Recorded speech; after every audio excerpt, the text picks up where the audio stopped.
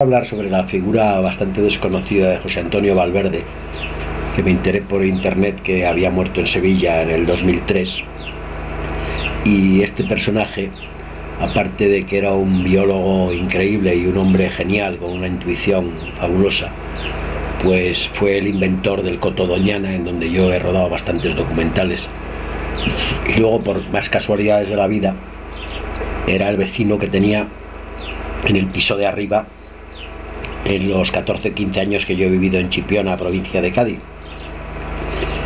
Bueno, pues Valverde surgió en mi vida porque yo hice una primera serie con Miguel del Pino en Doñana, que se llamaba Al aire libre, y luego a continuación, como ahí ya conseguí convencerle, porque ya no era el director de Doñana, porque la administración le había hecho imposible su continuidad allí, pero vamos, Valverde era un personaje que, junto con Bernis, que era el ornitólogo y el hombre de los pájaros, pues es una figura del mundo naturalista español, y tiene unos libros sobre las pirámides tróficas y sobre una serie de cosas muy interesantes. Bueno, entonces este era un hombre de Valladolid.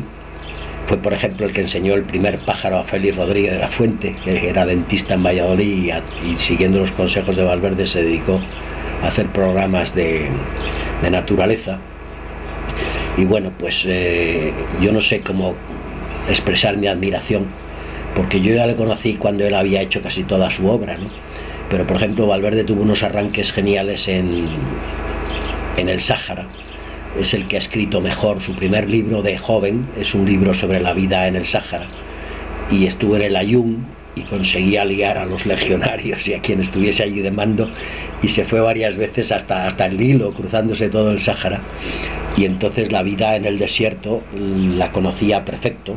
Encontró unas gacelas en vías de desaparición que se las llevó a Almería, y luego allí hizo una reserva, y esas gacelas ahora están repoblando los desiertos del Sáhara, de donde las cogieron, porque ya se las cazaban y se las comían.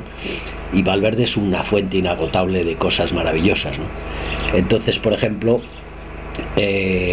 todos los biólogos de España que le admiraban, pues la segunda serie yo le pregunté que quiénes eran los que más sabían de cada bicho, y nada más con la relación de los 13 sabios que más sabían de cada bicho hicimos una serie que luego tuvo muchos más capítulos, ¿no?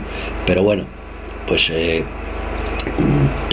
Valverde tenía una extraña red de información muy curiosa, que en cuanto en una playa española pasaba cualquier cosa con cualquier animal, pues rápidamente a él le informaba su red. Y entonces, si a una playa de cualquier sitio de España llegaba un pescado extraño en las redes, pues al cuarto de hora Valverde lo sabía.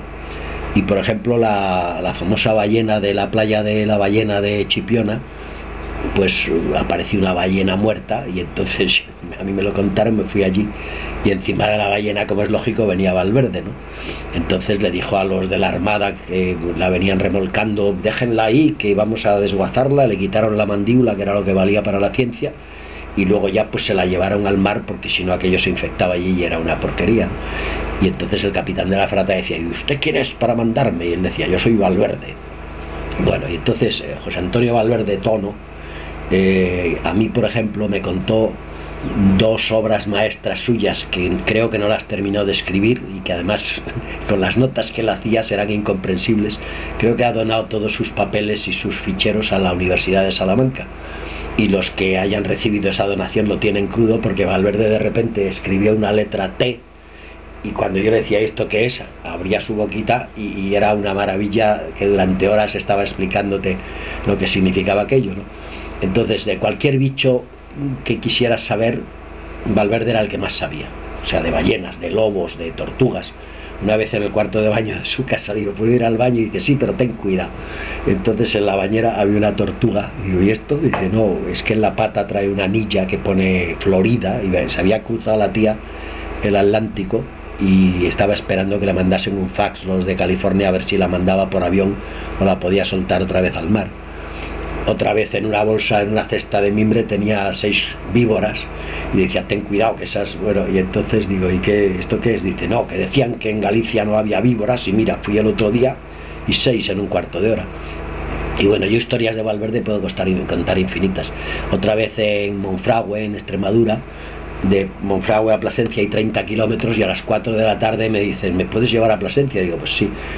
Dice, pero es que no sé si vamos a llegar a tiempo porque tengo una cita a las 11. Digo, de la noche. Pues si son las 4, bueno, pues llegamos tarde, porque Valverde en el coche decía, para, y se tiraba en marcha, y encima estaba cojo.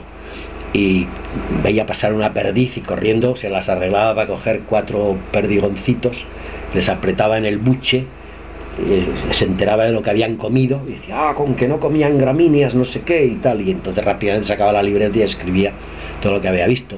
Si había una culebra pillada por un camión, rápidamente, para, y entonces cogía la culebra, le abría la mandíbula y decía, oh, es macho y tiene 8 años.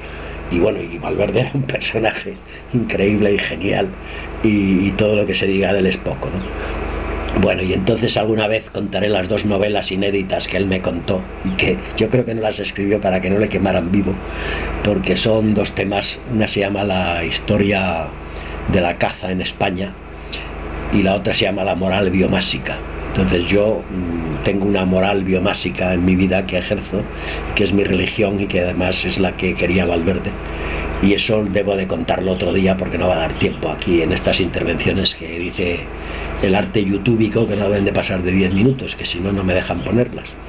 Bueno, vale, y como introducción a José Antonio Valverde, pues el que quiera que mire en el Google este nombre, que empiezan a salir cosas que hasta hace poco no había nada, y Valverde es el genio más importante que ha tenido España en el siglo XX, y empezarán sus alumnos y sus conocedores a contar cosas de esta figura que yo tuve la suerte de conocer bastante cerca. Hasta luego.